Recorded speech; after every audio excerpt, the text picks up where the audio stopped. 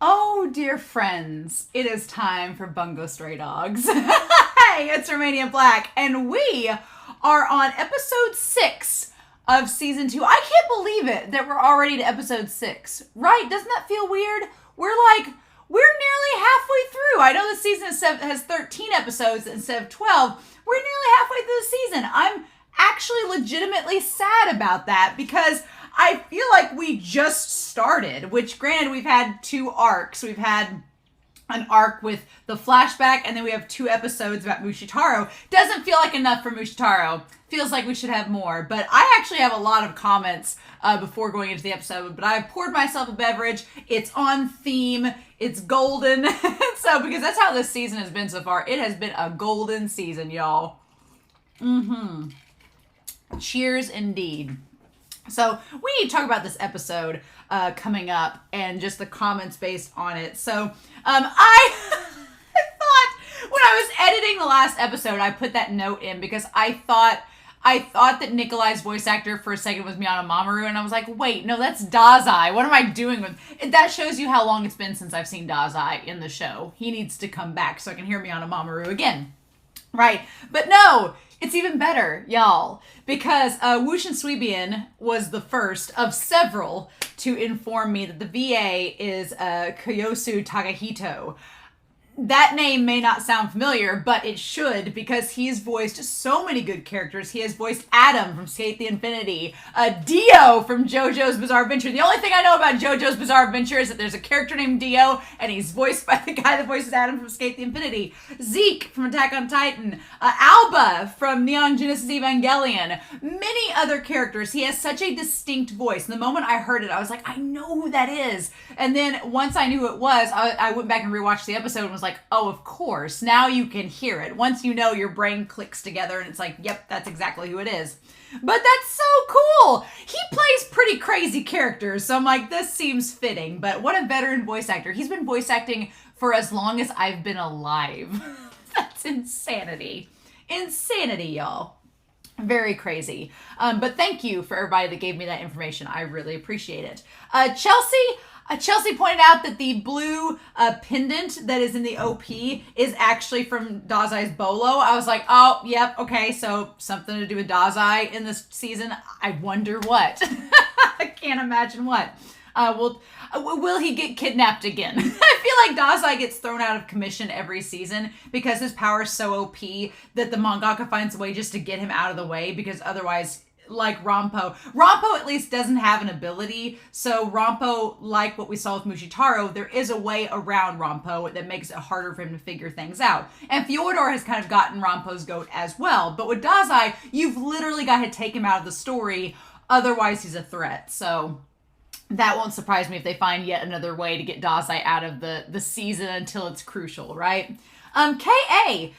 also pointed out what's really funny about this is that in the last episode, and this was before K.A. read my comment, or watched the reaction, in the last episode, I made the comment that the author, Yoko Mizo, who we'll talk about in a minute, that they have that they looked like a character off of Mob Psycho, Serizawa, because they have the little afro, right? K.A. says that they have the same voice actor.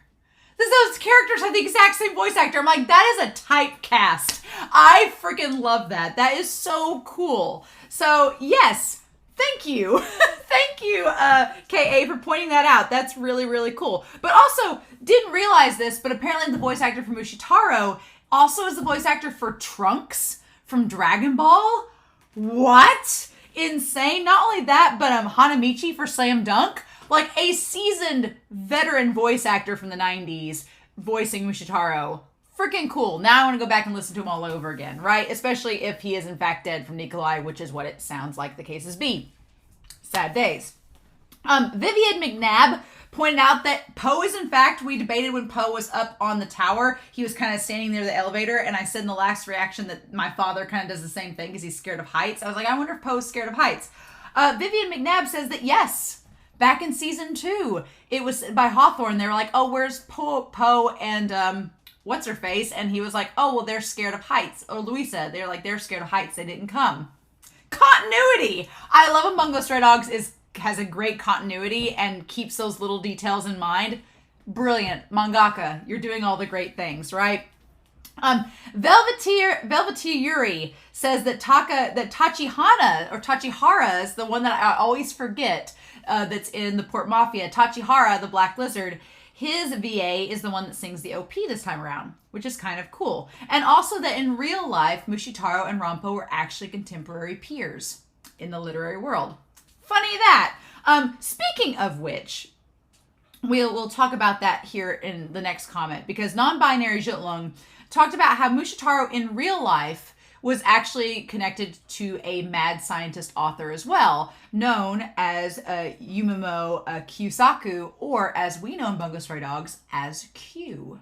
And I was like, wow, just lines intersecting and crossing, right? Although the idea of Mushitaro and Q being in the same room together is absolutely terrifying.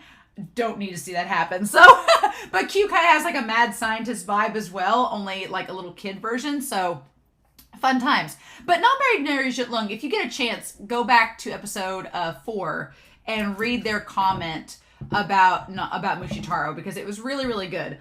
It was talking mainly about how in real life, Rampo, I do argue that Rampo in this anime series, to me, is coded more as asexual. Like, Rampo's not romantically interested in anyone. But what's interesting is that in real life, Rampo did write a lot of works that dealt with same-sex couples and the idea of homosexual love, and talked about homosexuality and exploring it, and said that although they ended up marrying a woman in real life, in later writings would say that heterosexual love was, quote, something just happening, which is like the best description of heterosexual romance I've ever heard, while homosexual love was coined as, quote unquote, divine love, and that they possibly had a lover outside of their wife before he was married. So you need to go back and read the comment. It's really good. Non-binary Jitlung did a really cool job talking about Rampo's real life writings, and I thought that was really, really interesting to bring up.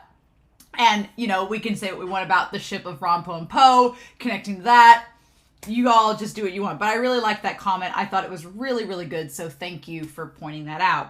And then finally, Dana said that Fitzgerald and Mushitaro, we were talking about how both of these characters, on the surface, they seem like this kind of like flat characters. Like they're kind of like generic, tropey, like the crazy antagonist character or like the diva character. But then you dig under the surface with both Fitzgerald and Mushitaro, and you realize under the surface that no, there's a lot more layers there, especially in terms of the people that they care about. You have Fitzgerald with his wife and his daughter that's died, and you have Mushitaro with the author, Yokomizo. So I like that. Because I love Fitzgerald. Fitzgerald's one of my favorite characters. And I feel like Mushitaro would be as well. If he didn't die, damn it. That's the only problem. It's like, dang it, why'd you have to die? Because it's really sad. I felt like I didn't expect to get emotionally invested in Mushitaro, and then here we are. It's like, oh, okay. But yeah, and I like the fact that Dana did point out, I don't usually want to see manga stuff because I'm going to read it later, but I felt like this was okay, that Rampo talks about in the manga not wanting to call Mushitaro a killer at all, because technically, while Mushitaro did kill the author, it was almost like an assisted suicide at that point, right? He was doing it to help his friend, even though he didn't want his friend to die. It's like a big bunch of layers, right? It's like peeling back an onion with Bungo Stray Dogs. You just keep on going, right? So I like that. This series is a thing about tragic relationships. And I'm like, why are we doing this, Bungo Stray Dogs? Why are we doing this?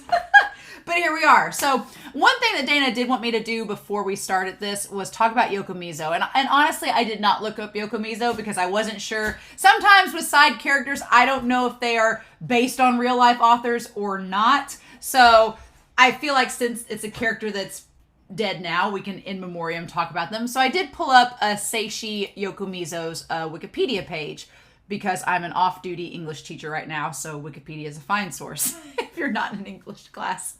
But apparently they lived from 1902 to 1981. So lived 79 years, which is, for the authors we've got on record, is pretty good. Was born in the Hyogo prefecture and read detective stories as a kid. And in 1921, while employed by the Daiichi Bank, published his first story in the magazine Shinseinen, which is cool, which is called New Youth, which is fun. He got a degree in pharmacy, ran the family's drugstore, which is kind of, gives me more of a Mori vibe than anything, so that's interesting. But he was drawn by his interest in literature and the encouragement of Edogawa Rampo, and went to Tokyo instead and was hired by a publishing company in 1926. Oh, I love that connection. That's so cool. That's awesome. I love that. So yeah, and then he was attracted to the genre of historical fiction, that of the historical detective novel. Oh, and then 1934, while in the mountains of Nagano recuperating from tuberculosis, he completed his first novel, Onibi, published in 1935. But parts were immediately censored by the authorities. Can't imagine why. And then undeterred, he followed up with a second novel in 1939. So in World War II, he faced difficulties getting his work published. There was a lack of antibiotics, and so his tuberculosis couldn't be treated properly. And he joked with his friends that it was a race to see whether he would die of disease or starvation. Some dark humor there for World War II. But after the war, he went on and published in other magazines. Interesting. And he's most known for creating the character of the private detective Kosuke Kindaichi. That's awesome. So someone was mentioning that there was a detective series they watched about Kosuke Kindaichi. So this is connected to it. That's pretty cool. But yeah, apparently his works have been made into movies. The Inugami Clan is popular from the 1950s. And then he's had other stories like The Death's Head Stranger. And he actually, his work was the first successful adaptation of Bram Stoker's Dracula, the archetype of Japanese vampire literature. That's really cool. And he died of colon cancer in 1981. So yeah, interesting. That's pretty cool. I love that he has a direct connection to Rampo. Funny that, right? I like that this series, it's not quite on the nose with how these authors are connected, but they find little ways to like string them together throughout the series. So that's really cool.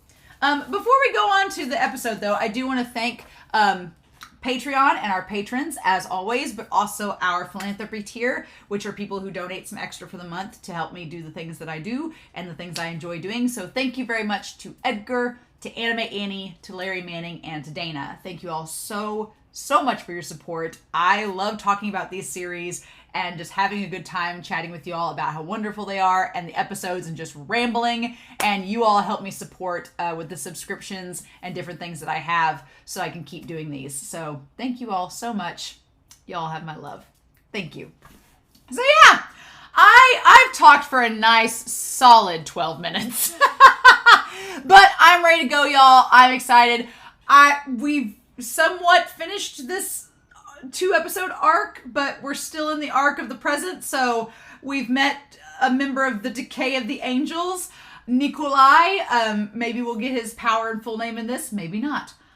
I'm so curious about the members of this Decay of the Angels and this mysterious like other group that's in the OP and how this is all going to connect. And okay, Bungo Stray Dogs, let's do this. So I guess we'll find out. But we're going to start episode 6 of Bungo Stray Dogs, season 4. And we're going to do that here in 3, 2, 1. And let's do this.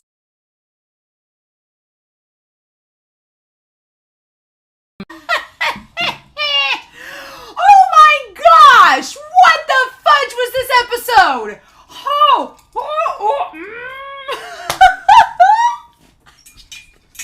I think I made chicken noises in that ED. I think I made chicken sounds.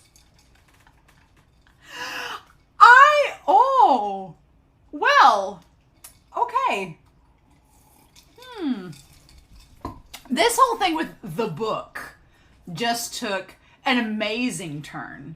The thing about the book took an amazing turn into Crazy Town alongside Nikolai and all that jazz. We assume he's dead because he has sawed himself in half. We assume that he is dead.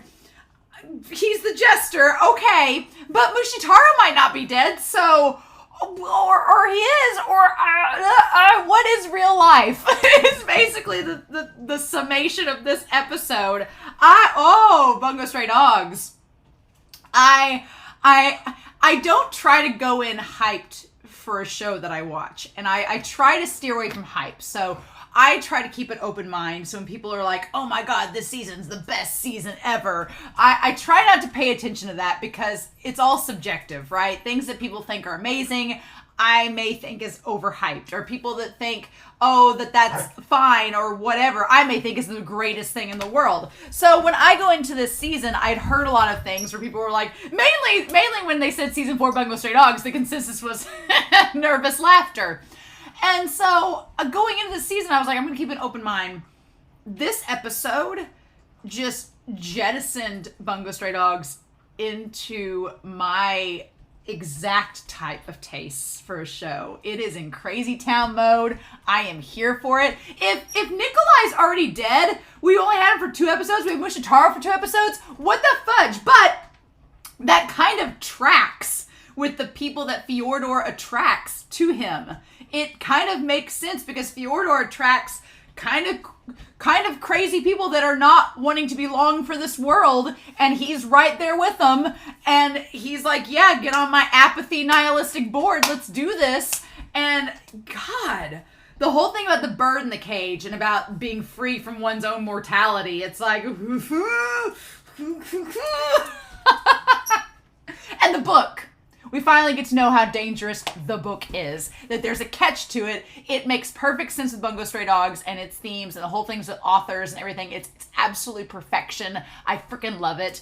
And it is the most dangerous thing in the world. So, oh, honey. Oh, I Whiteboard-kun, like the moment that the president started talking to Rompo, I was sitting there going, we've got to bring Whiteboard-kun out. And then the moment that it went back to Nikolai and things went off the rails, I was like, no, we have to bring it out. I am so floored. I'm so jacked. I'm like, yes, let's talk about this. So I'm sorry if I'm like a wacky inflatable arm flailing tube woman, but that's where we are. I was very hesitant to look up Nikolai at this point, but I'm like, is he dead? If he's cut in half, I don't know how you walk away from that. Oh, literally.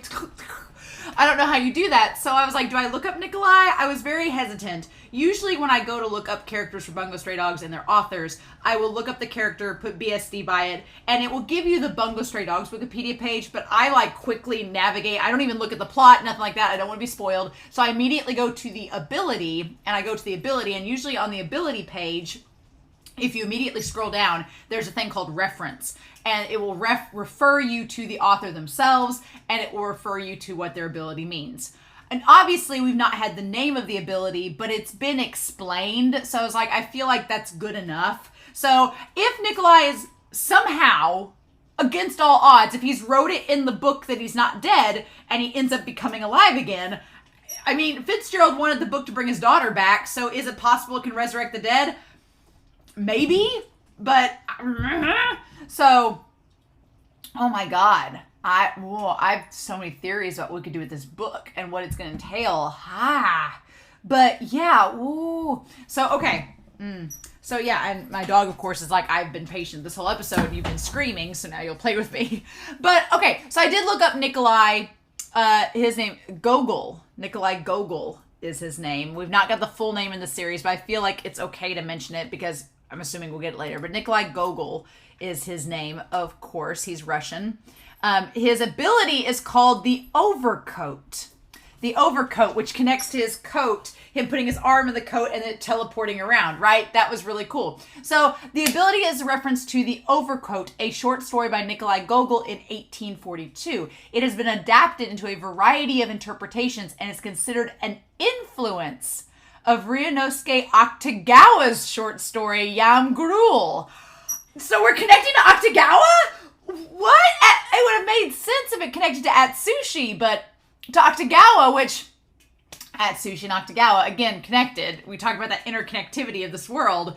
Okay, so interesting. The story is about the life and death of a titular counselor, Akaki Akagechevich Bashmanshin, all right, which connects to the whole counselor deal in this episode. Interesting. And his endeavors of saving up money in order to purchase a new overcoat. Later, though, he finally purchases a new overcoat and he is robbed of it by some assailants and passes away due to illness. He soon appears as a ghost who haunts people throughout St. Petersburg by taking their overcoats from them. Oh, that's just like, I like goosebumps. That's quite chilling. Interesting. Yeah, so it's the idea of like, it kind of is cool because the teleportation powers kind of seem like a ghost. So that connects. That's pretty interesting. I like that. I like that. The overcoat is a cool ability. And it makes sense because the overcoat, it's a clothing item. Akutagawa's ability is Rashomon is a clothing item. Look at that. Look at that. I like that. That's really cool. But anyway, Nikolai Gogol, we might as well talk about him while we're here. Interesting. So he lived to be 42, which seems about the average of our famous authors. A Russian novelist and short story playwright of Ukrainian origin. Interesting. Gogol is one of the first to use a technique of the grotesque in works such as The Nose by The Overcoat and Nevsky Prospect. The idea of him using the grotesque connects to the murders, right? That's really cool. I like that. These stories and others such as Diary of a Madman, and again, have also been noted for their proto-surrealist qualities. Well, that's just tying to his character perfectly, right? According to Victor Shklovsky, Gogol's strange style of writing resembles the ostrony, a technique of defamiliarization. His early works, such as Evenings on a Farm near Dikanka, were influenced by his Ukrainian upbringing, Ukrainian culture, and folklore. His later writings satirized political corruption in the Russian Empire, the government inspector, and dead souls. Well, this whole episode was about the government and confusing everybody and making a mockery of it and how it treats other organizations. So that's genius. I love it. And so it says his short story is the tale of how Ivan Ivanovich quarreled with Ivan Nikiforovic. The Portrait and The Carriage were among his best-known works. Writers and critics have recognized Gogol's huge influence on Russian, Ukrainian, and world literature. Gogol's influence was acknowledged by Mikhail Bulgakov, Fyodor Dostoevsky, Ryusuke Akutagawa, Mikhail Saltykov, Shindrin, Flannery O'Connor, and Franz Kafka, and others. Oh, cool. So we're getting Fyodor tied in with Akutagawa, tied in with this. I'm loving it. I'm loving it. And so, yeah, basically, it talks about his life. His father wrote poetry in Ukrainian as well as Russian and was an amateur playwright in his own theater. Gogol went to the School of Higher Art. He went to St. Petersburg and brought with him a romantic poem of German idyllic life, Hans Kuchelgarten, and had it published at his own expense under the pseudonym V. Alov, which connects to the whole five. That's cool. V and 5. All right. So there's a whole big old thing on Wikipedia about this guy. This is fascinating. And worked with great energy and had interesting. So we have on here, despite the support of Alexander Pushkin. So connecting all to Fyodor. Oh, that's genius. That's amazing. Oh, how cool. I love that this is all tying together. Fantastic. Okay. Pushkin's death produced a strong impression on Gogol. His principal work during the years following Pushkin's death was a satirical epic, The Dead Souls, concurrent works with Taras Bulba and The Portrait. Along with his second comedy, Marriage, he wrote the fragment Rome and his most famous short story, The Overcoat. Interesting. So, says that after the triumph of Dead Souls, Gogol's contemporaries came to regard him as a great satirist who lampooned the unseemly sides of Imperial Russia. They did not know that Dead Souls was but the first of a planned modern-day counterpart to the Divine Comedy of Dante. The first part represented by the Inferno, the second part would depict the gradual purification and transformation of the rogue Chichikov under the influence of the virtuous publicans and governors, Purgatory. Okay, and so it just goes on to say, says Gogol, the fear of perdition or damnation by insisting on his sinfulness of all of his imaginative works, exaggerated aesthetic practices undermined his health, and he fell into a state of deep depression. On the night of the 24th of February in 1852, he burned some of his manuscripts, which contained most of the second part of Dead Souls. He explained this as a mistake, a practical joke played on him by the devil. Soon thereafter, he took to bed, refused food, and died in great pain 9 days later. So interesting. So that idea of him even being in a depression and the connection to the joke and him being the jester. Man, there's a lot in this that is connecting to his character in the manga that is probably more so than some of the other characters we've seen in this show. This is kind of fascinating. So I'm not going to read this whole, like I said, there is a ton on him in this. Like, it's kind of insane. So I definitely think if you guys want to go and read this, just go check this out because it's interesting. Some critics, it says, have paid attention to the apparent anti-Semitism in Gogol's writings, as well as those in his contemporary Fyodor. Imagine, it says that, okay, there's a lot of basically anti-Semitism in their writing. Interesting. And then it goes on to say this. Despite his portrayal of Jewish characters, Gogol left an impression on even Jewish writers who inherited his literacy legacy. Very curious. So him and his contemporary, fascinating. Well, and Gogol is mentioned several times in Fyodor's work, Poor Folk, Crime and Punishment, and Chekhov's The Seagull. Oh, Ryunosuke Akutagawa considered Gogol, along with Edgar Allan Poe, among his favorite writers. Just connect them all together, huh? Wow. Oh my God. That is amazing. Bungo, y'all. This season has been so good. We're only 6 episodes in, but I would argue that I'm liking this season already as much as season 3, maybe if not more. And I thought that was going to be really freaking hard to do because I think so far we're 6 episodes in. I can definitely see, I've had some people comment that they're worried that there's not going to be a lot of time to get through because we're almost halfway through the season already. And I see that. I see where I'm fine. I almost don't want them to conclude this entire arc and setup in this one season. I almost want this to be a setup season for the next season, right?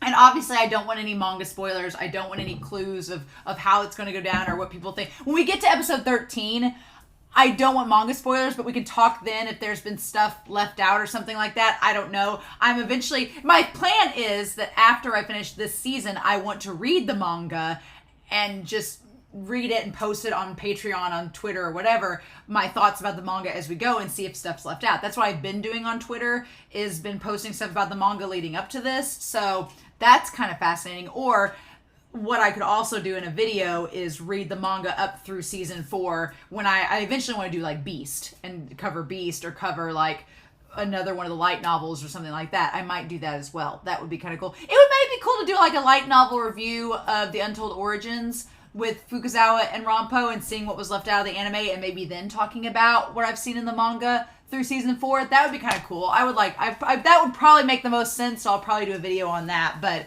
I'm like already planning because I'm like, this episode, man, I've got to get my wits about me, y'all, because this episode is literally just bombarding us with information, right? Just bombarding. So let's just start with what the hell? So, okay, the cannibalism arc. I'm going to write big here and write as clear as I can. So the cannibalism arc, this right here is 1 month later. 1 month later. So 1 month after all that's gone down, we can assume at this point that Kunikita is freed. And he is working with Atsushi, doing the martial art like what was predicted back at the end of season 3, where Atsushi's like, oh, I need to do some close combat with Kunikita to get stronger. And so he said, to the safety and safety of the people of Yokohama during the white whale incident. I like that we can't say just the Moby Dick incident. We'll just say the white whale incident. So this whole thing is that they end up giving Fukuzawa this award, right? This bow. That for the safety of it, they award this. And this guy, like it was all tied together. So the Futsuma, okay. Futsuma Shikyu Award to the Armed Detective Agency, and Fukuzawa taking it. Fukuzawa, by the way, definitely looks his age in this episode. He has a lot more eyes and lines and wrinkles under his eyes. It's like, bless his heart. And he accepts the award. He's got his hair tucked back in a nice little ponytail.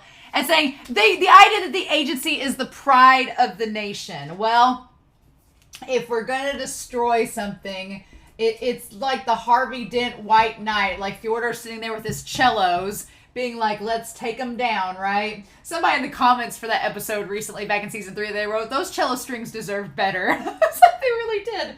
But yeah, the idea that they are considered to be the pride of the nation. Because yeah, after season 3, the old ADA was on top of the world. And Fyodor with the Decay of Angels, which is funny because we have the Decay of Angels and ADA, like the letters are all in the same thing.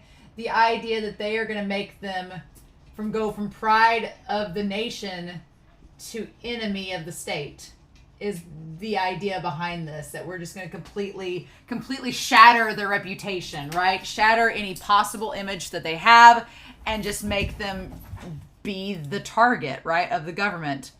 There's a lot going on in this episode. And so, yeah, people are talking about, has a private company ever been awarded this award? And they're saying, no, not really. It's easy to see why, though. They captured Pushkin and Fyodor after the European authorities failed to do so. And it's been rumored that they've been tapped as special advisors to the municipal police squad. And so they're like, the special investigation division has mud on their face because of it. And so the idea, the moment that the guy standing behind the official was talking, I instantly was like, okay, I have now recognized that voice. Know that it's him.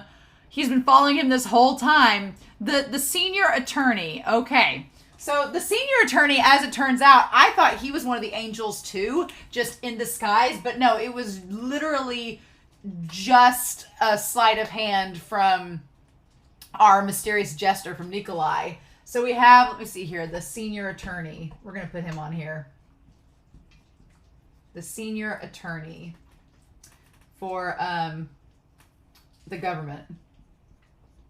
Okay. Go put him on there and go from there. It's unofficial, but the detective agency prevented the crash of the whale airship.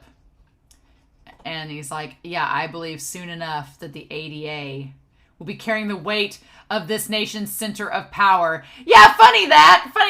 Sounds like a good idea, right? Nope.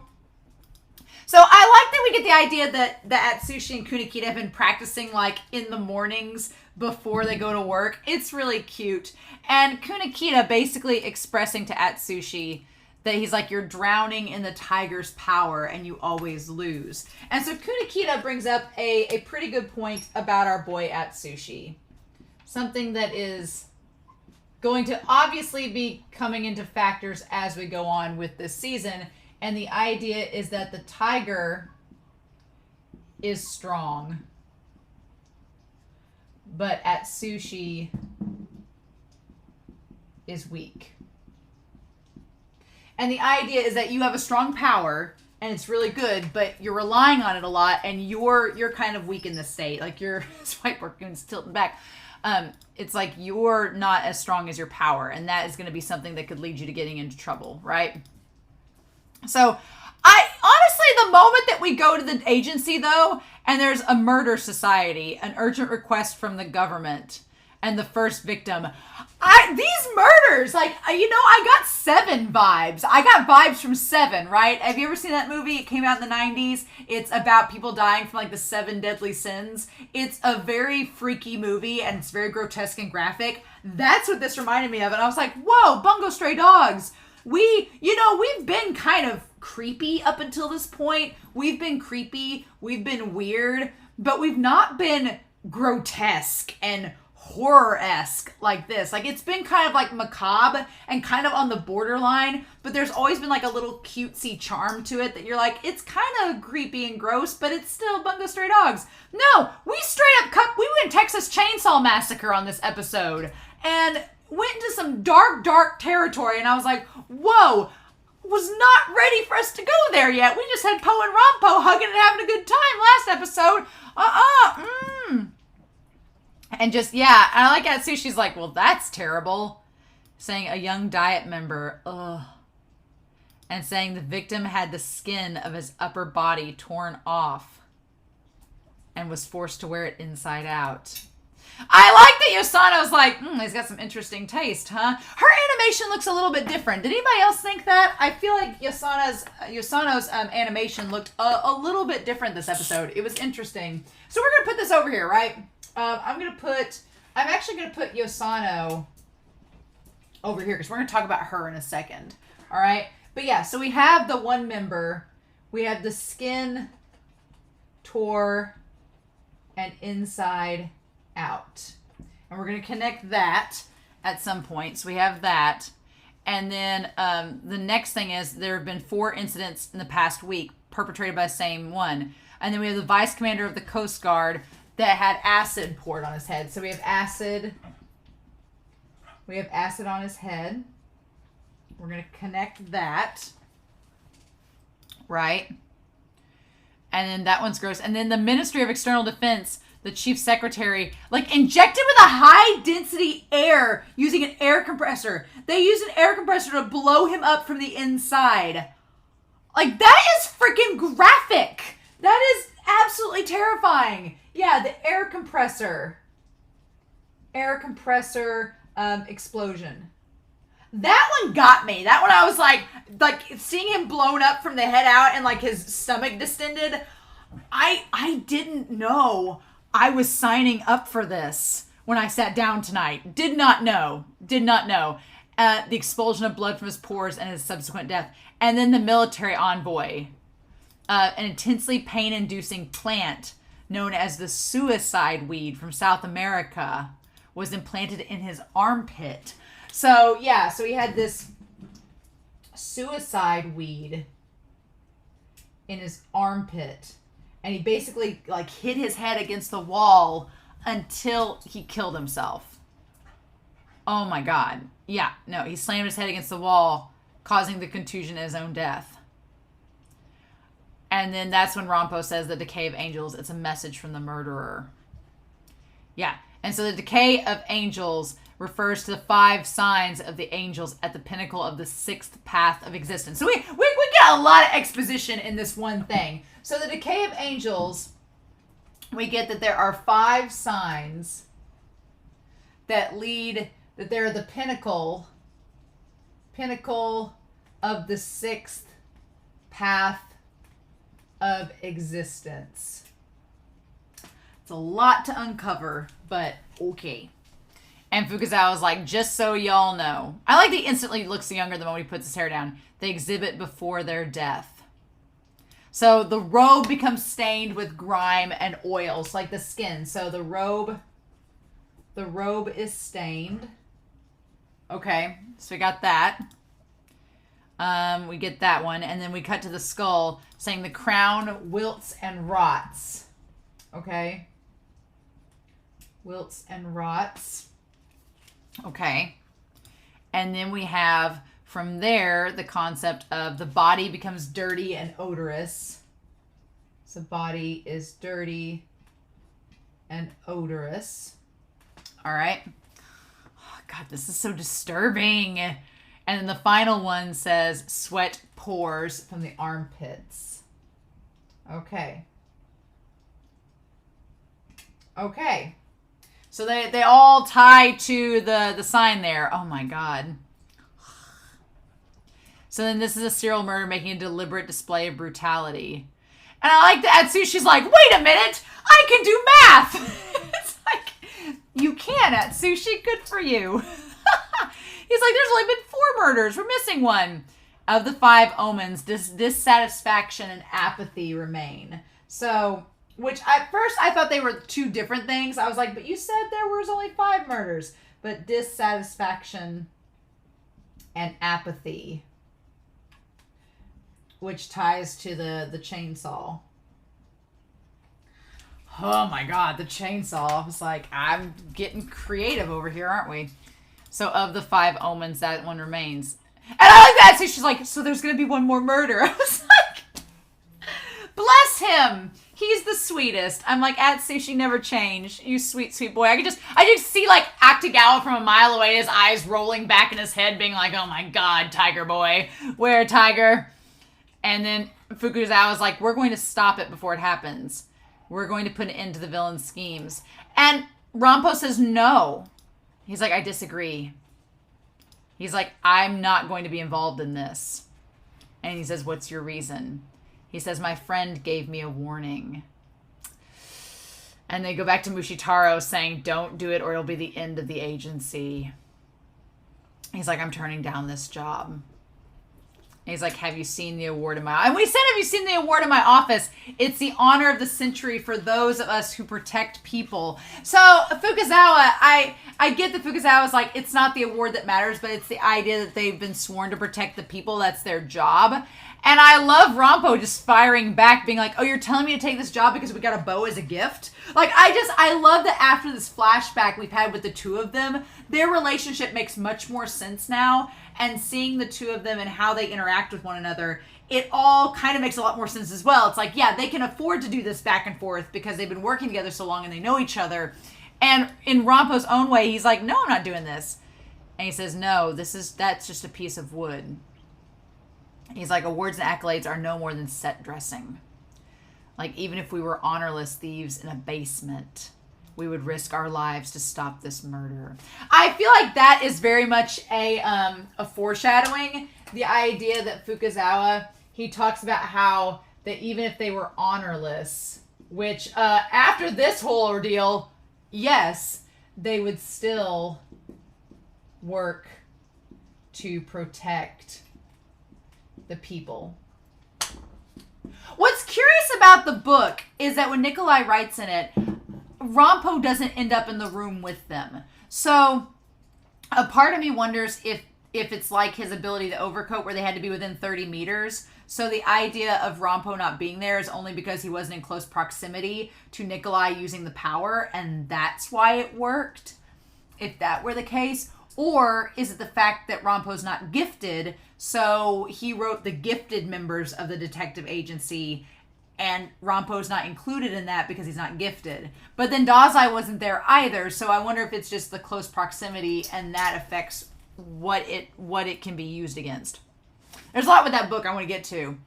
And he says, you do what you want then. And I like that Rampo, by the end of it, when they both go their separate ways, Fukuzawa understands that Rampo is doing what Rampo believes is right. He's like, Rampo is going to go investigate and try to help us in his own way. But you can also see how Rampo is frustrated because he's like, fine, I'm going to help you, Fukuzawa, because I love you and I love the people of this agency. But he's like, I wish you'd listen to me and realize not to do this. But fine, I'll help you whatever way I can. But I wish you would have gone along with my reasoning from the start. Like, it's just like they both reached an impasse, and Rampo's like, fine, if you won't budge, I'll go do my own thing. And Fukuzawa's like, fine, you go do your own thing.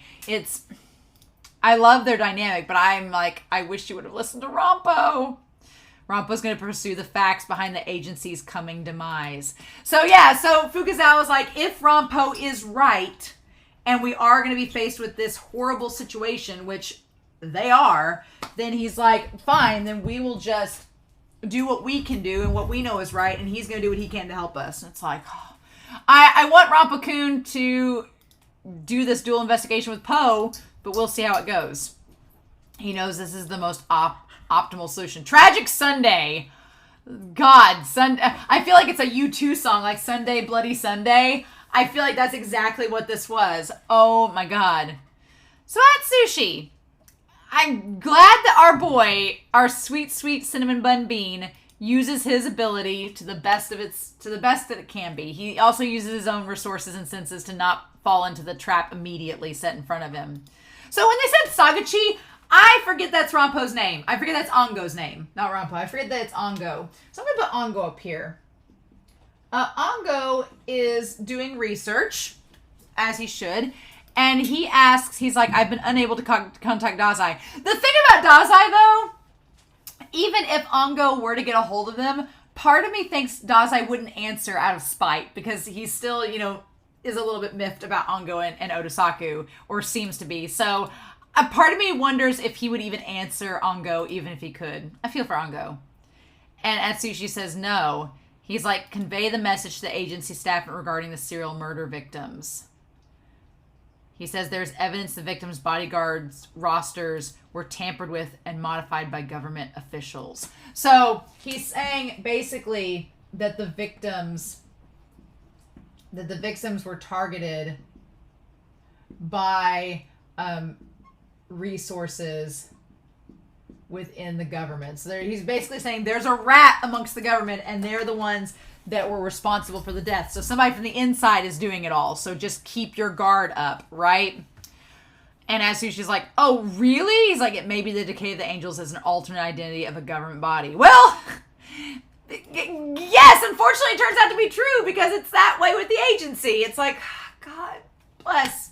The Department of Justice. How fitting that this senior official was from the Department of Justice. Imagine that. Imagine that. So we'll talk about him in a second. But yeah, good on Atsushi to use his tiger ability to sense if there was like the smell of coffee on him, to know he's lying, right? Good on him. The funny thing is that he talks about the agency's doom being decided already. So my question is, was the guy that was this Nikolai that was pretending to be the president of the Department of Justice in this moment talking to Atsushi? I feel like it might have been. So then we go to the horse races, right? That's on the track. The horse races that were from the preview. And I remember the handcuffs being thrown and Dazai giving us that creepy ass look that he does. Oh my God, that look from Dazai. So he's watching the horse races. Betting on them. I feel that's fine for Dazai. Dazai looks so good in this episode. Like, he's so well. He looks so soft for a second. Okay, thing with Dazai. I'm gonna put little things over here that we're doing with this. I wondered if would Dazai be taken out of commission in this point of the episode, at this point of the season, because like I said, Dazai is such an OP character. You've got to do something with him. He's got to be taken out of the picture somehow. And in last season, it was him getting shot. That was just what we had to do to get him out of the picture and get him from being on the front lines.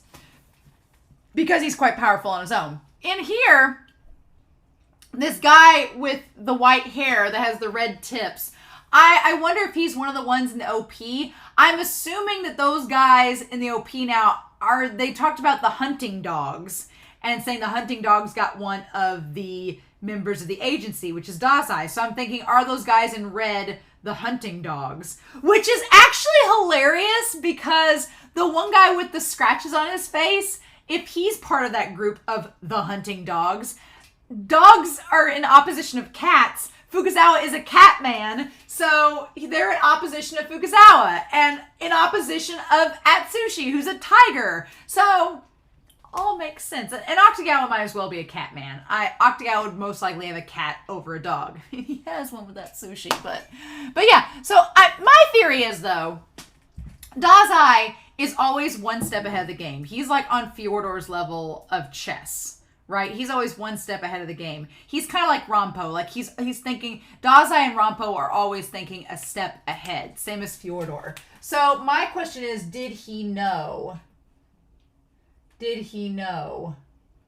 he would get caught?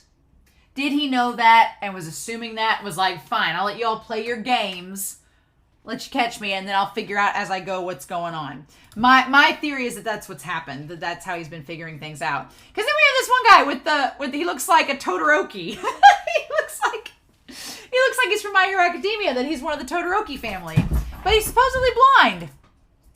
He's like, oh, he's blind. Interesting. But he has the bell on his ear, which is kind of cool. I don't know if that's connected to it. Which, again, a dog, like a collar having a bell or something. And then he's like, oh, thank you. And he says, you won, didn't you? And he's like, oh, you can tell. And he says, yes, your sweat, body temperature, and the sound of your muscles. I'm like, you're getting awfully personal, sir. Dazai only has one person in mind for him, and your hair's red, but it's not the right shade of red. Right? It's not quite the right shade of red. There's more that I can see now that I've lost my sight. I can even predict your fate tomorrow. And Dazai looks so innocent at first. He looks so gentle there at first, until he slaps on the handcuffs. And he says, you won't have a tomorrow. Former Port Mafia executive Dazai Osamu. And he says 138 counts of aggravated murder. 312 counts of intimidation. That seems like an understatement, actually. It seems like an under-exaggeration. A total of 625 charges, including fraud and more, for which I'm arresting you. I love that it's not the murder. It's not the intimidation. It's the fraud. As always, it's the fraud that gets you, right? You can kill anybody, but you mess up on some taxes and we're going to have trouble. So I just love that Dazai is like, oh, really? You got me. Oh, that look is like insanity. And he's just like, oh. And he says, gentlemen, the hunting dogs have arrested one of the members of the agency. All right. And so then they just have this powwow at this mansion about the hunting dogs, saying, finally, they're sheltering. Okay, so then we cut through. So obviously, Dazai they talk about him having the 625 plus counts of crime. It's a lot. Then we have Kyoka, who says sheltering a murderer of 35. Well, damn, 35 seems a little bit insignificant now that we've compared with Dazai. That seems like it's not too much, right? 35. Association with the mafia. I just love the association with the mafia. The little gif we see of Mori Senpai and Shuya and Akutagawa and them just walking. I just love that Motojiro's walking with the lemon bomb in his hand. It's hilarious. The female doctor is suspected of murdering a patient during her time as a combat medic. So interesting. Her murdering a patient. Yosano murdering a patient while a combat medic. With her powers, how does that even work? Because she can't kill somebody with her powers. So interesting. There has to be more stories to it, right? And then we see the photo, the painting behind him of the bird, it's not even a bird in a cage, it's flowers in a cage, which is connecting to Fjordor and the flowers coming out of him. Oh, we're going to talk about that in a minute. We'll expose them for their crimes and dismantle the detective agency. This is the moment our organization has waited for. So yeah, so the idea of the decay of the angels is to expose them and to destroy the detective agency from within, which how they're getting out of this now is insanity. And then Tonin Sensei, I gathered the documents. The orders sent to Fukuzawa for the assassination of the pro-war individuals at the end of the war. So even Fukuzawa, they're like even going to try to get Fukuzawa on this for his murder as well. I'm like, oh my god. And they could probably dig back into Kenji and to Atsushi, surely, to find stuff with him. They won't survive the publication of this information. And the lists of the targets for assassination are right here. Okay. And so the key figures. Okay. So, I'm curious, they say that the targets for assassination, Tonin Buzan, is one of them. But that's him, right? He just said Tonin Sensei. And he says, Father, I can finally avenge you. Oh, his father was one of the ones that was assassinated. Oh, okay. All right, that explains a lot. So one of the ones that Fuku murdered was his father. Oh, that's why he wants to take down the agency. I was thinking, I'm like, you just had this big ceremony this Department of Justice did about the ADA and talking about them and all their accolades. I'm like, why are you so gung-ho about taking them down? Now it makes sense. He's made a deal with the devil. He made a deal with Fjordor to take them down because he wanted revenge for his father's murder. Okay, because I was a little confused at first because I was like, okay, is he being a target? But no, his dad was one of the targets.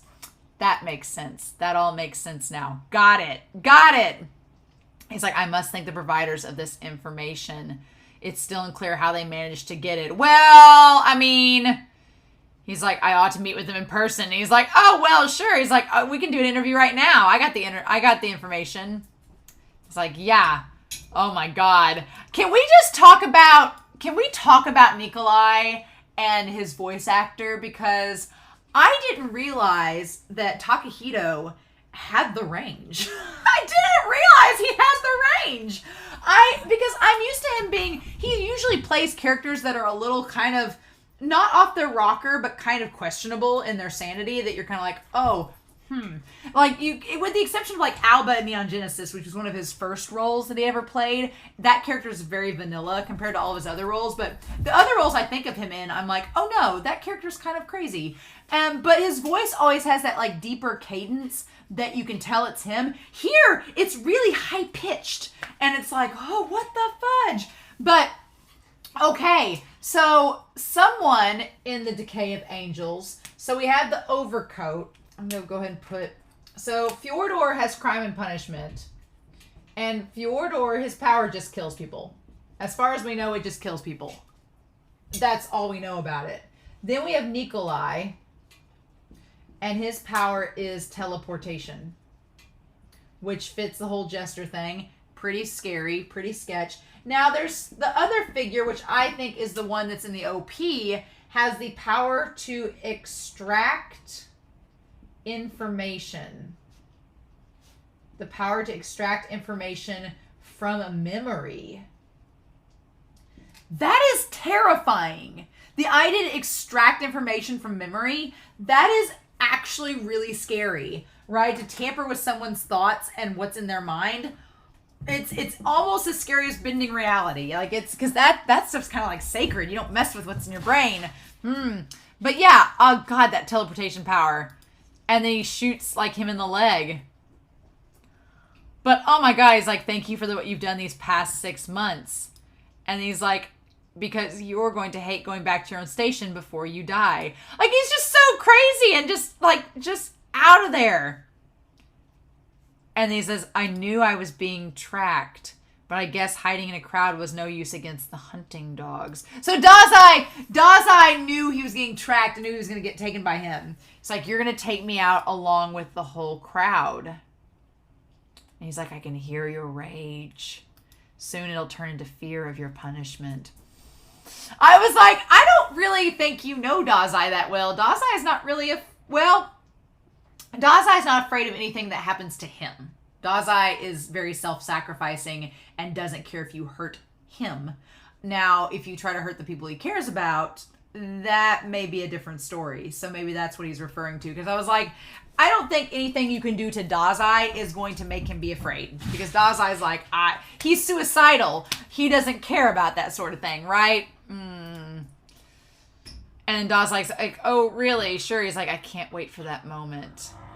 We're going to get along great. And so then Dazai, who's just like, okay, why did you come to arrest me now and here? He's so smooth. It's good to hear Miyano Mamoru again. He's like, fingerprints, recordings, photos, all manner of evidence suddenly reemerged as though a switch had been thrown. Yeah, and then, yes, which we get Mushitaro.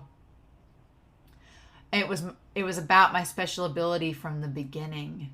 You wanted to reverse a perfect murder and restore guilt. I'm so sad. So it's like, so Mushitaro's still alive, right? And they're just using his ability to like reverse things and get evidence brought back that had been taken away. So as far as we know, I guess Mushitaro is alive. I mean, that makes me happy that he's alive, but I want him to be saved now, please. I want him to be saved. I like our boy Mushitaro. He's like, that's why you lured me in. You just wanted to use me for my ability. And so, and of course, he's like, oopsie daisy, I'm going to give you 4 pieces of information. So the Armed Detective Agency. And then he says, first, he says, I restrained the government bigwigs with fun machines. Which is the Chainsaw Human Disassembly Show. I'll be cut cleanly in 2. Ugh. Second, if someone who isn't a member of the detective agency comes in, the chainsaws will automatically activate. Third, the chainsaw will activate at exactly 6 p.m. And fourth, and he's like, there is no fourth. He's like, there's something, it's, of course, Bungo Stray Dogs' dark sense of humor, that there isn't a fourth concept. He's just like, whatever. And he's like, I gotta edit this footage, stop the camera. Oh my God. So Rompo's like, I'm gonna go find my clue and get to the president. God, the graffiti with the angel wings. Like, that, whoever, the Banksy of Fyodor's crew leaving that. And then Atsushi, who is the fastest, went there first, but he runs into Nikolai. And his special ability is the overcoat. He can put his hand in the cloak and it comes out here. It's a very interesting, like, reality warping, like, twisting ability. And the fact that he can make Atsushi, like, stick into the ground. So Atsushi, again, this is going to be all, like, our were-tiger. I feel like our were-tiger is going to have to go to the Port Mafia if whatever happens. Like, do I think that all of them are going to get killed by the government? No. I don't think Yosano and everybody's going to die. There's too much left to do with their characters. But I do think that the government's going to take them in. I do think they're going to get arrested or taken hostage by the hunting dogs or whatever. So Atsushi's going to be left alone because he was stuck down in the basement.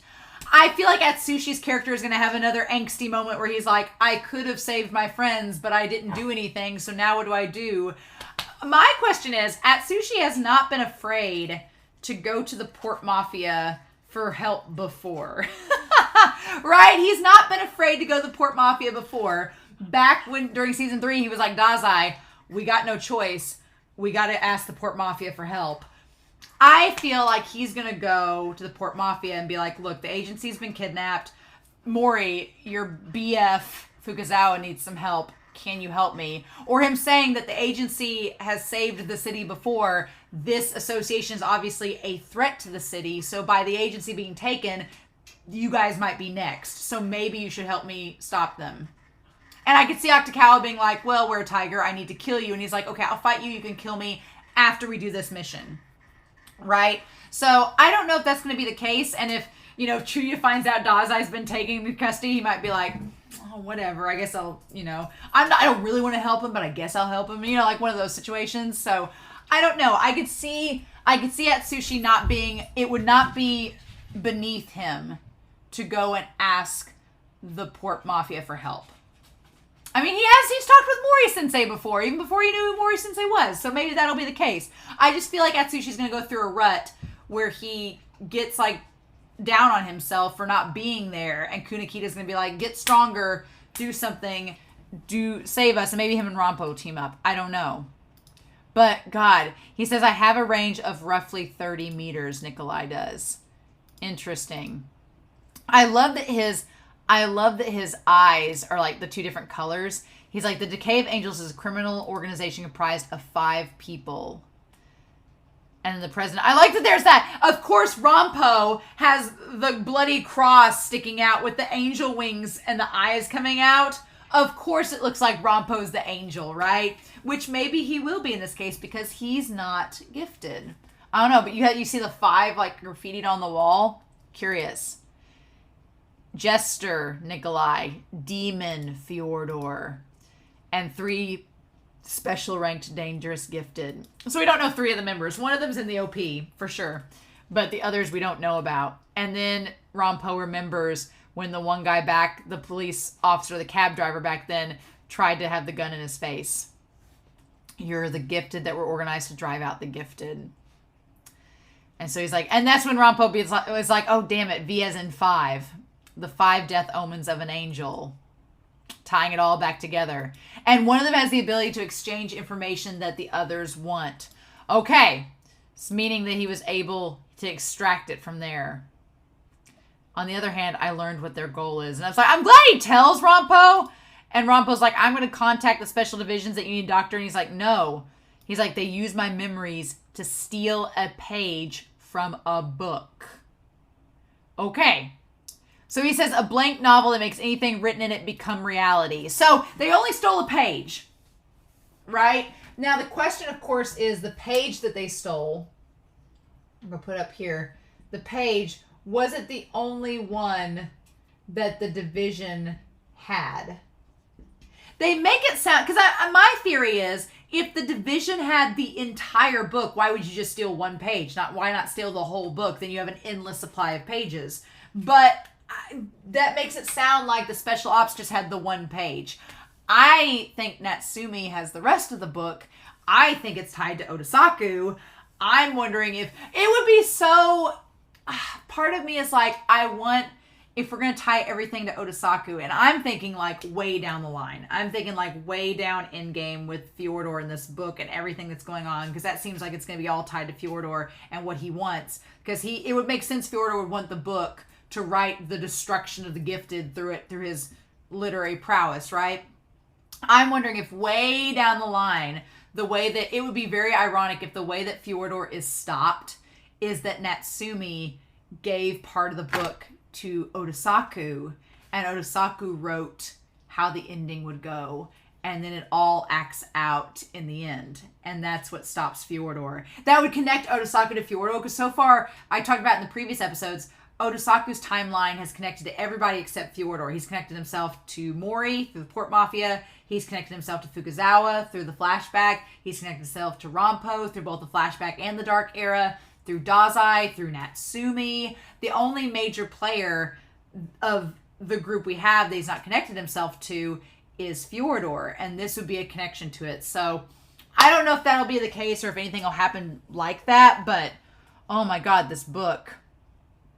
A blank novel that it's a page from that book torn out to use for research. So yeah, so the page was all that they had. They didn't have the whole book either. So we don't know where the whole book is. That's what Fitzgerald's been looking for. But they somehow got their hands on a page, and now Fyodor has it. So of course, why not? And apparently can bend the laws of reality. Sweet. Oh my god. And so Atsushi's like, man, he's really strong.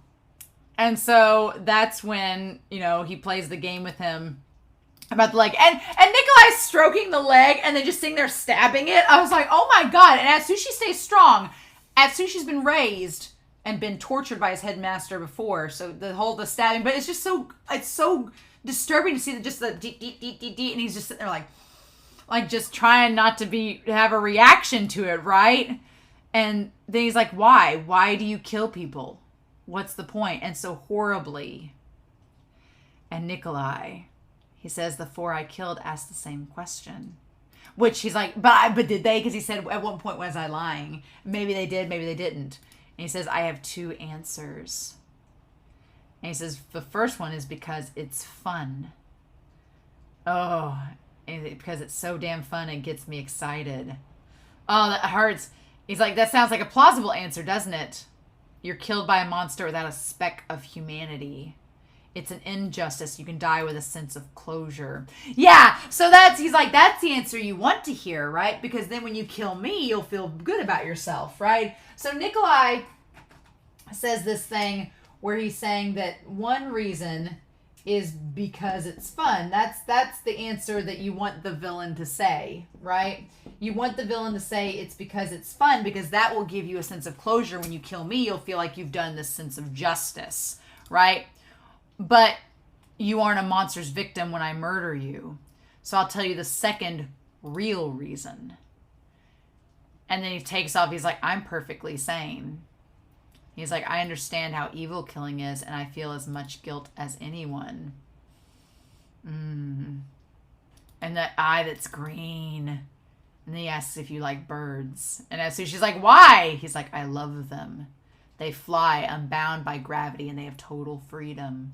That's my wish. Oh, God. So he says that he just wants to be free. Free like a bird. And that he's understanding of everything he's doing and how awful it is. He's like, that's why I'm just going to the Decay of Angels. The page stolen by the Decay of Angels, it has the same power as the book itself. But there's a rule using the book.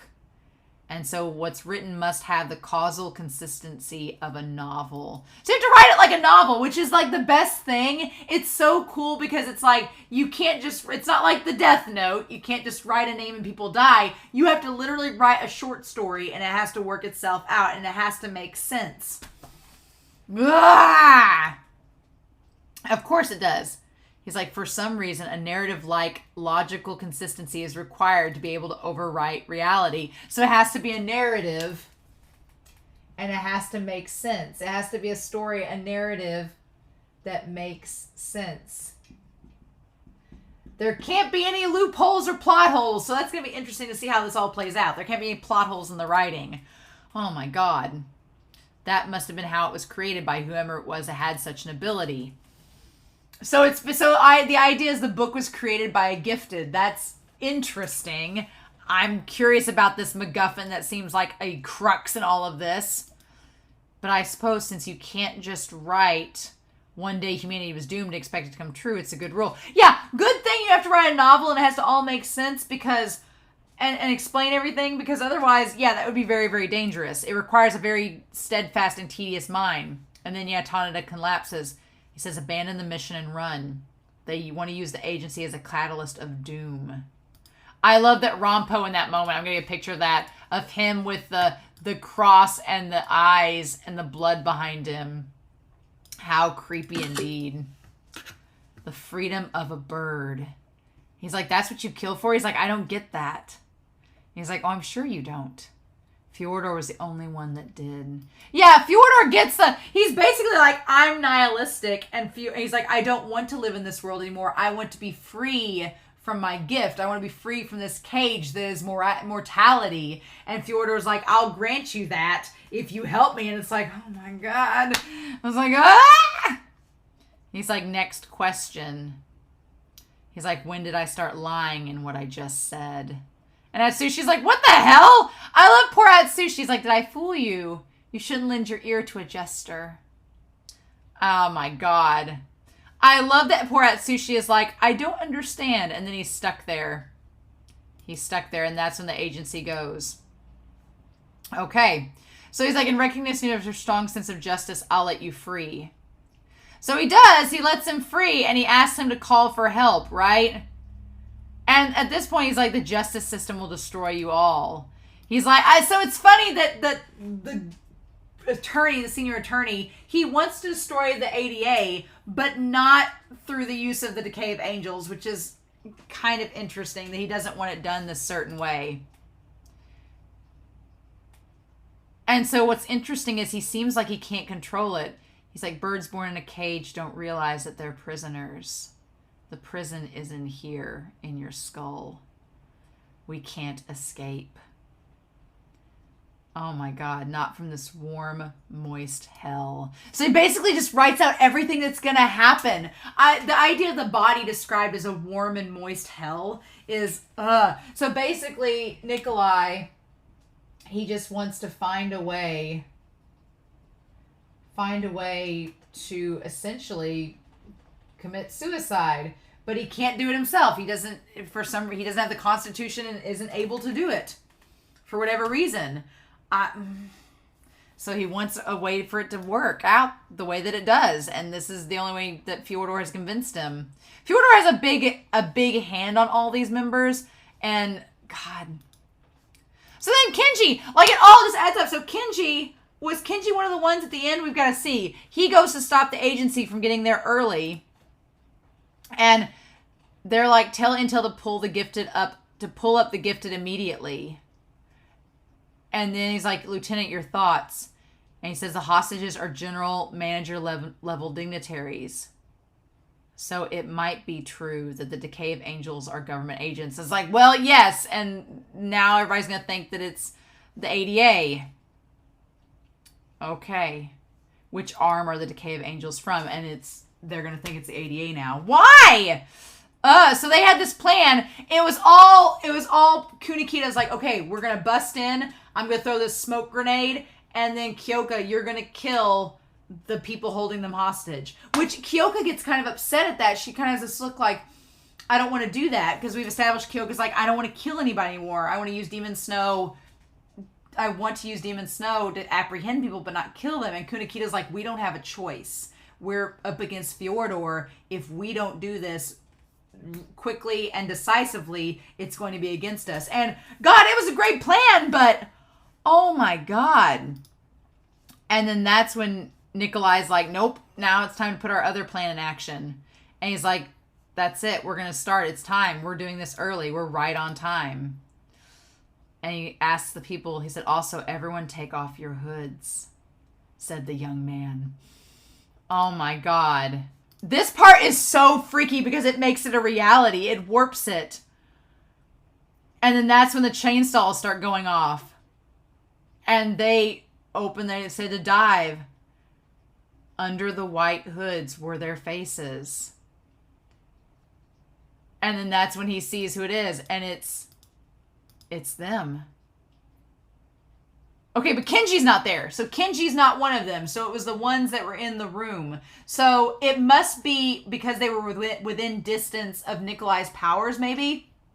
Because Atsushi's not one of them. Kenji's not one of them. Dazai's not one of them. And you would think if you wanted the whole of them apprehended that you would do that. But that's not the case. Oh my God. And then these people people got literally sawed in half in this episode. Literally sawed in half. Bodies severed, dropping to the ground. Bungo Stray Dogs. What are we doing? Holy shit. Nope.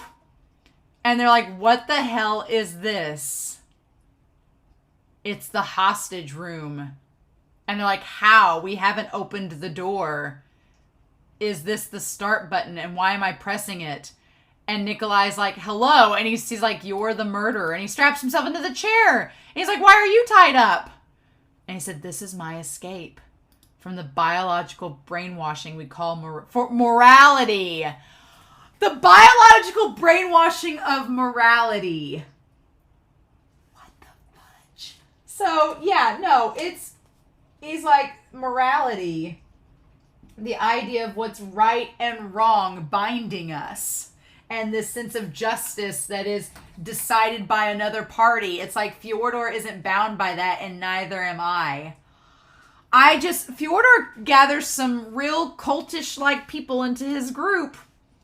Oh my God. And he says, hear me, my scream of free will. Like he intentionally did this to himself. And oh my God, like him screaming, like what the fudge? And he says, Mr. Tonin, call for help. The perpetrator's identity.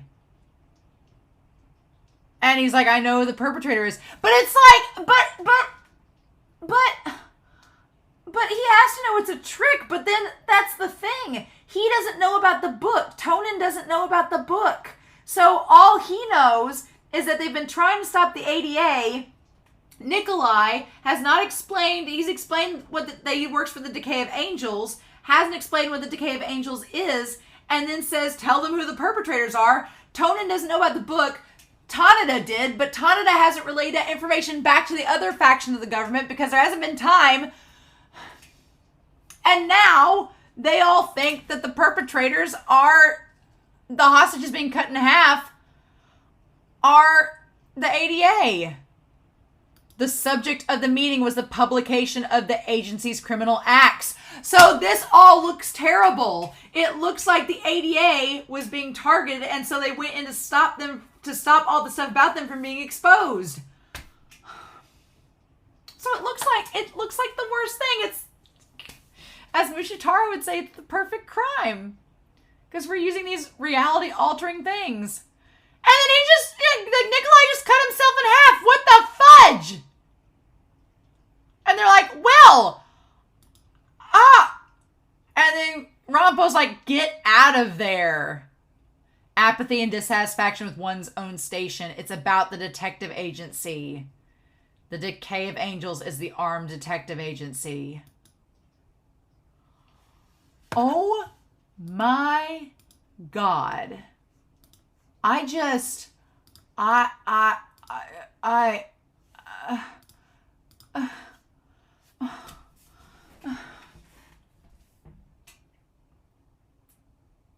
talked for an hour. This is by far one of the better episodes of Bungo Stray Dogs. We just dove off the deep end into the macabre, and I'm fine with it. I'm just so floored that it just decided to go there and went there and was okay with being there. And God, it's so good. Oh. So Nikolai's dead.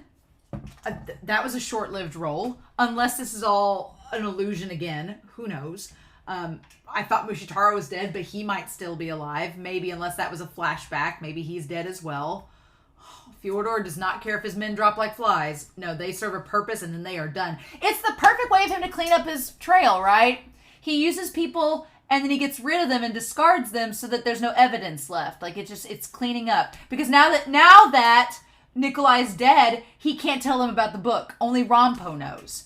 And how Rompo is going to get from point A to point B is, honestly, the only way I can see it working out since Dazai has been taken by the hunting dogs, and since it seems like Kunikita and the others are going to be targeted, the only ones that really leaves out in the open are Rompo and Atsushi. And Kenji. Kenji could be involved in that, or he could be taken in the next episode. We don't know. But I wonder, my theory would be that Rompo goes to the guild. Would go to the guild for help because he knows Poe. So Rompo could go to the guild and Fitzgerald and the others and be like, hey, Decay of Angels targeted us. You all are probably next. And also, by the way, Rompo could be like, they have a page from the book that you want, Fitzgerald. If you would like to get your hands on that, about your daughter, connecting you and your wife back together. Fitzgerald would be all about that. So maybe that would be the way that they get the guild involved. And then at Sushi's side, because we saw in the OP, him and Akagawa fighting the head of the hunting dogs, maybe Atsushi can go to the Port Mafia and say the same thing that Rompo would say to the guild. I don't know. That would be, if I was going to say, I would say like Atsushi and Rompo get together and they're like, we're going to divide and conquer. You go to the Port Mafia. I'm going to go to the guild. We'll bring them all in and try to rescue the detective agency and stop Fyodor, because otherwise Fyodor is going to try to take out these other gifted organizations, which include the Port Mafia and the guild. That would be my assumption, but we haven't even met. We have 3 Decay of Angel members we've not met yet. Which they're dropping like flies, so the hunting dogs we've not met properly yet, except for the blind one and the guy that was with Fukazawa. So there's that. But I just what a great episode! What a fantastic episode! I'm kind of floored. This is a good one, y'all. My ice has melted in my drink. To the stray dogs. May Godspeed, Atsushi. I'm floored, y'all. I want to go back and rewatch the episode. I just need a moment to process all this, but next week's going to be fun. Next week's going to be the halfway point of the season, and it's going to be fun. Please, no manga spoilers, no hints or clues. I'm going to read the manga for this season after the season is over and do a video about it alongside with the light novel for Untold Origins. I want to do a video about it. I've already decided. I've made it in my mind a goal. So I don't want any spoilers about the manga because I'm going to touch base on it then. But with that being said, I hope you all enjoyed this reaction discussion. I was kind of all over the place, but how could you not be after this episode? So lots of things to think about. Lots of stuff to think about for next week, but I'm curious to know your thoughts down below. I hope you have a wonderful week. Stay away from chainsaws. And I'll see y'all next week for episode 7 of Bungo Stray Dogs. Bye.